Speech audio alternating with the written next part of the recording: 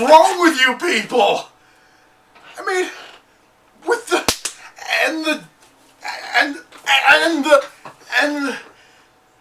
Alright. Number one, I get that you threw tomatoes. I mean, that's a classic, alright? That I understand. In fact, I kind of laughed at that.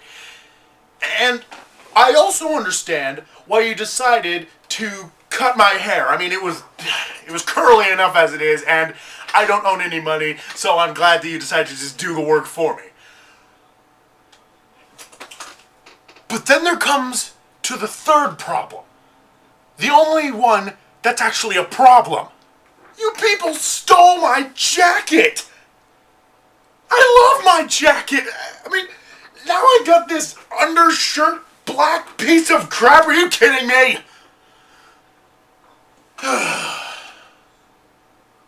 So, I suppose that it's now or never to try and justify my actions of why it is a whole bunch of fanboys and fangirls. Oh god, the fangirls. So, but I clear up a couple things right here and right now. I don't hate David Tennant.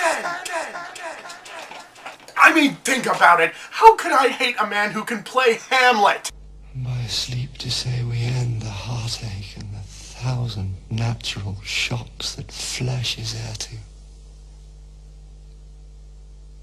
It is a consummation. And how could I hate a guy who's in some of the best Doctor Who episodes? And how, in this Willy Wonka world of ours, could I hate a person who can make Russell T Davies' writing look good? Those two don't work together. So, with that out of the way, I'm going to now be talking to you about David Tennant's regeneration into the 11th Doctor.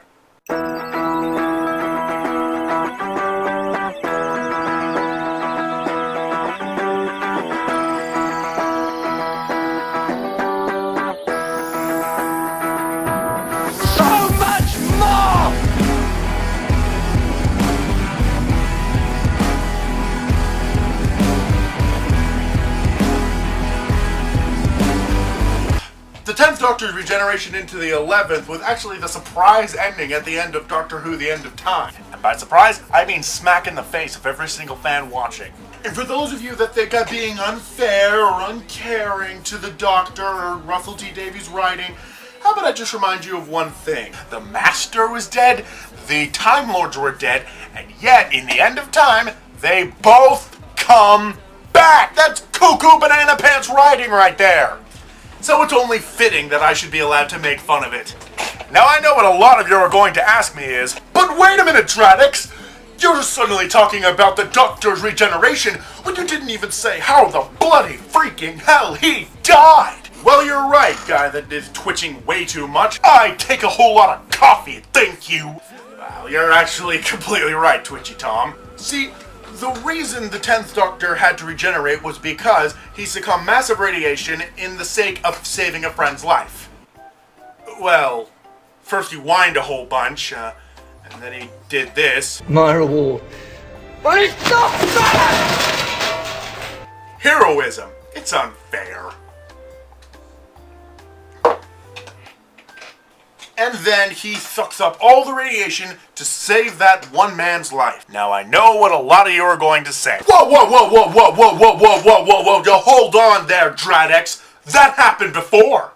Well, you're absolutely right, whoever you are. For those of you that follow the classic Doctor Who series, you may remember that the third Doctor's regeneration was caused by a massive amount of radiation caused by a killer spider. Except that was a killer spider, and this is a machine, so... But of course, the 10th Doctor isn't about to just fall on the ground and regenerate right there. No. That would be too easy and simple. No, instead the Doctor must walk around and tell everybody who ever loved him that he's the Doctor. And there's something wrong with him, but he's not gonna say it. Yep, he talked to everybody, including... Rose. Fine, I'll be fair with her. This is actually a pretty nice thing Russell T Davies did here. I mean, he knows that the fans love Rose, and therefore he wanted to have the last thing stick in your mind be Rose. A nice, happy moment between the Doctor and Rose. What year is this? Blimey, how much have you had? Don't tell me when I've had too much to drink. I'll have you know that I'm the Doctor. Ah. You want a swig, lad? Charming. Oh, looks like the plot's kicking in. So then the Doctor starts to slowly, painfully walk to his TARDIS because apparently his pancreas collapsed.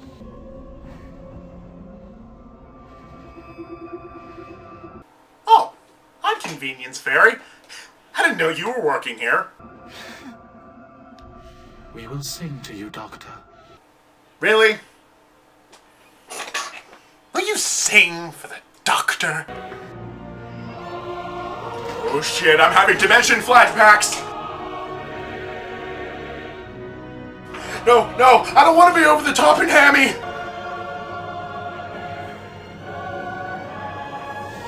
It's like the gears of life, and they must stop turning. Oh hell! Oh god, here it comes! I don't want to go.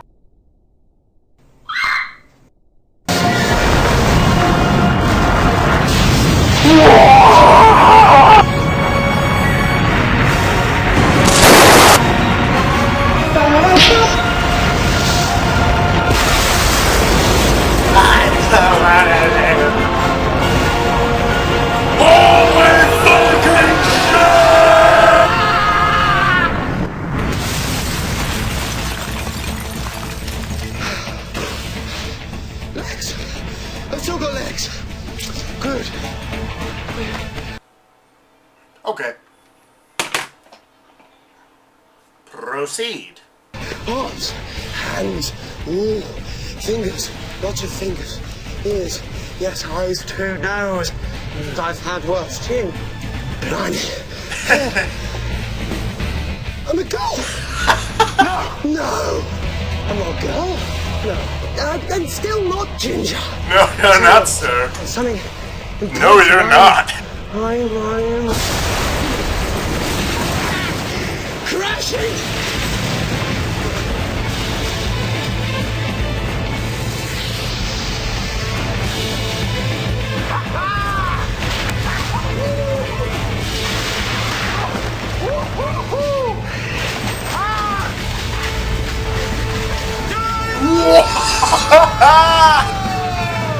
Yes! Holy hell! What a freaking contrast! On the one side you got tragic sadness, and then on the other side you've got wacky fun happiness! I mean, it's so convoluted. You have happiness and then you have tragedy, and they're trying to jam them together. I don't even blame Russell T Davies for this. I just think that the whole connection was bad. And if you've been on forums as long as I have, you'll also notice that about a zillion fans will say about a zillion accusations about it. People saying it's Matt Smith's fault, people saying it's David Tennant's fault, people saying it was Russell T Davies' fault, people saying it's Stephen Moffat's fault, people saying that it's just Time's fault, and that's the weakest one of all. But of course I wouldn't be the nice little nerd that I am to not make my own little speculation, so in the glory of things, I claim to blame that line. I don't want to go. That's where the problem is, because people don't just say, I don't want to go, and then boom, you're gone. People expect a follow-up from something like that. It's kind of like if I ended a review by going... I mean, it makes no sense. I get you, Russell T Davies. You like it to be much more bigger. You wanted to end on an epic note. But they tried that with Halo Reach, and look how great that turned out. Fuck off. When you want to be epic, that is cool. Being epic is very fun. It manages to get all the audience involved and it makes them all start to love each other inside. But that doesn't mean that you want to end it on a note like... I don't want to go. And then all of a sudden make the very, very ending be... I'm a girl! I mean, it just gets confusing. Me personally, I wanted to cut it, but they kept it still. And that is what has also made this Matt Smith versus David Tennant thing. To be honest, Matt Smith is an awesome Doctor. Have you seen him lately? He made the 5th season one of the best seasons, with funny moments and plots that I did not see coming. And in the 6th season, we're now seeing a whole lot of plots within plots, and a whole bunch of stuff that I am not seeing coming at all. That's more or less the writing of Stephen Moffat, but Matt Smith has also managed to produce it pretty well. And you remember my feeling on the 2 companions, Rory the Roman and Amy Pond.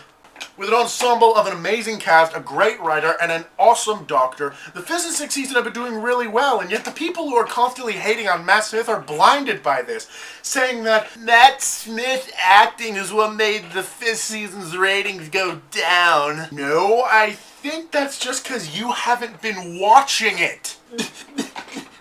Matt Smith is unattractive. Yes, because that's what we always want in our doctors, an attractive young chap. Like, just look at this handsome devil, and this spot-on little bit of beauty. And how about this giant load of crap? It's good to know that we have our eye on the target. The only Doctor that was able to make Doctor Who remotely interesting was the 10th, because he was the first Doctor and the only Doctor around. Yeah! Yes, he was the only Doctor around, outside of, the 1st, the 2nd, the 3rd, the 4th, the 5th, the 6th, the 7th, the 8th, and the 9th. Yeah! He was certainly the Doctor. Once again, I don't want to fall into a rant, and once again, I don't want to be unfair to fans. So in conclusion, Doctor Who is a wonderful sci-fi show. And to be honest, I'll get into a lot more of it much later. For now, however, I'm going to be moving on to a different topic because, number one, this is not a show about Doctor Who.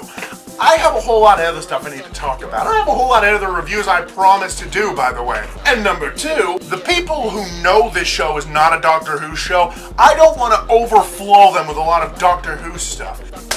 So, Doctor Who is a sci-fi show. A show that is able to bring us from the farthest reaches to the highest points of the galaxy. It is not held only by the Doctor himself. It's held by the companions, the story, the TARDIS, all of that in between. Doctor Who has managed to hold up some of the best looking aliens, some of the best looking equipment, some of the best titles for any sort of a creation or any sort of theology that has come into its presence. Every Doctor Who story is built upon theology that will, at some point, be created into its own little world. Whether it be through the destruction of Gallifrey, the evolution of the Time Lords, or the Time War that we never actually saw. And for those of you that are actually quite interested in Doctor Who, don't take my sad, sick butchering of the show for the only bits that are the good part. I'm mainly just ranting a lot about all the stuff that I already know about it. If you're curious about it and you have Netflix, look it up. They literally have the first 5 seasons on there for free. And if you don't know what the hell I mean, check Instaplay. That's usually where they are. For the rest of you that don't, get a friend or get a computer and then hack into Netflix. Dreadix would like to take this time to say that he does not condone any sort of, illegal hacking onto the Netflix site, and that he has not actually managed to do that inside of the past. Quick fact, I really haven't actually hacked into the Netflix thing. Believe it or not, I do have money to buy things. So next time, complete strangers, I'm going to be reviewing something else, I suppose. But for now, good day, complete strangers, and remember, I'm an expert.